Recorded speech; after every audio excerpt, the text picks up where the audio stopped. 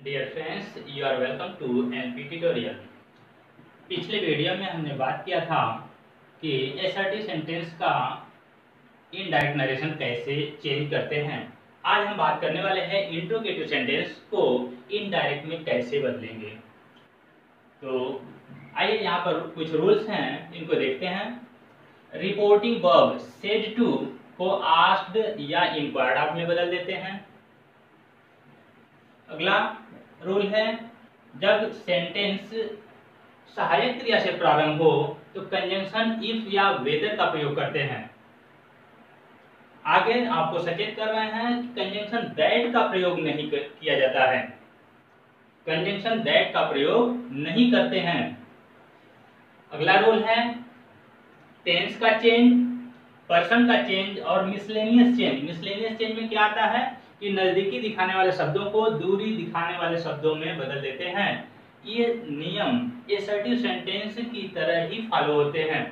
जैसे assertive sentence में बताया गया है वही नियम ठीक वैसे ही यहाँ भी फॉलो होते हैं इंट्रोगेटिव में भी।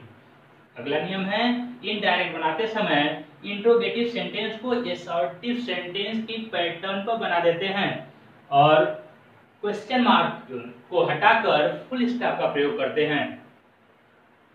एसर्टिव सेंटेंस का पैटर्न होता है subject plus verb plus object और फिर आगे दूसरी चीजें लिखते हैं। जबकि इंट्रोगेटिव का पैटर्न होता है कि पहले वर्ब आती है, उसके बाद सब्जेक्ट और दूसरी चीजें लिखी जाती हैं। तो हमें एसर्टिव सेंटेंस का पैटर्न फॉलो करना है। आइए एग्जांपल के माध्यम से ये चीजें देखते हैं कैसे अप्लाई करेंगे हम। तो पहला एग्जांपल है, he said to me are you playing. अब डिसाइड ऐसे ही होता है कि रिपोर्टेड स्पीच का सेंटेंस कैसा है।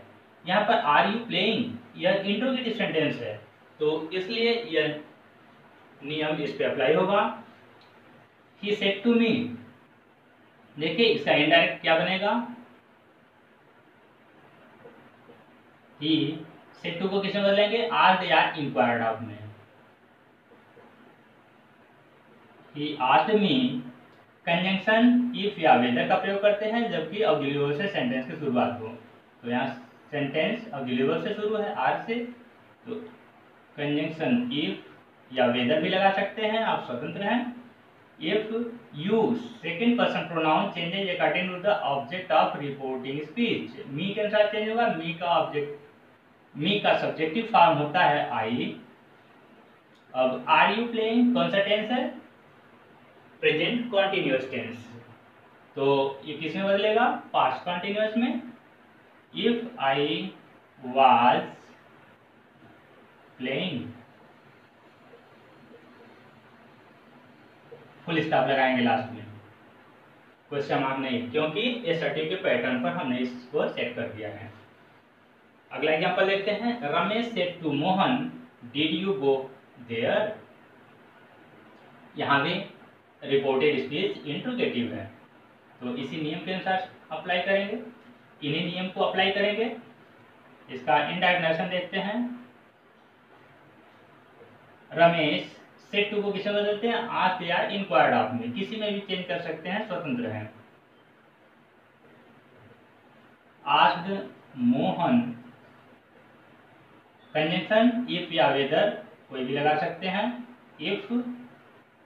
अब did you go there, you second person pronoun, object के अनुसार चेंज होगा, मोहन के अनुसार, तो मोहन के लिए थर्ड पर्सन सिंगुलर नंबर ही आता है।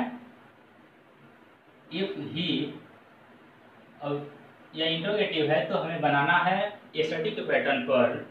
यह sentence did you go there यह पास्ट इंडेफिनिट है, यह टेंस के चेंज के रूल के हिसाब से यह पास्ट परफेक्ट टेंस में चेंज हो जाएगा। तो if he had go went और gone, third form there. Ramesh asked Mohan if he had gone there. अगला रूल है, यदि रिपोर्टेड स्पीच प्रश्नवाचक शब्द what, when, where, who, how, why, whom, whose, which ऐसे WH वर्ड से प्रारंभ हो तो कंजंक्शन इफ या वेदर का प्रयोग नहीं किया जाता है, बल्कि ये WH वर्ड खुद ही कंजंक्शन का कार्य करता है। जो वहां पर WH वर्ड दिया रहता है सेंटेंस में, वह खुद ही कंजंक्शन का कार्य करता है। तो अलग से किसी इफ या वेदर या किसी और कंजंक्शन की आवश्यकता नहीं होती है। आइए एग्जांपल देखते हैं। I said to him who are you. अब इसका इनडायरेक्ट नरेशन क्या होगा? आई सेड टू को बदल देंगे आस्क्ड में, आई आस्क्ड हिम। अब कंजंक्शन यहाँ पर जो रिपोर्टेड स्पीच है WH वर्ड से शुरू हो रहा है, हु से शुरू हो रहा है, तो ये WH वर्ड स्वयं ही कंजंक्शन का कार्य करेगा।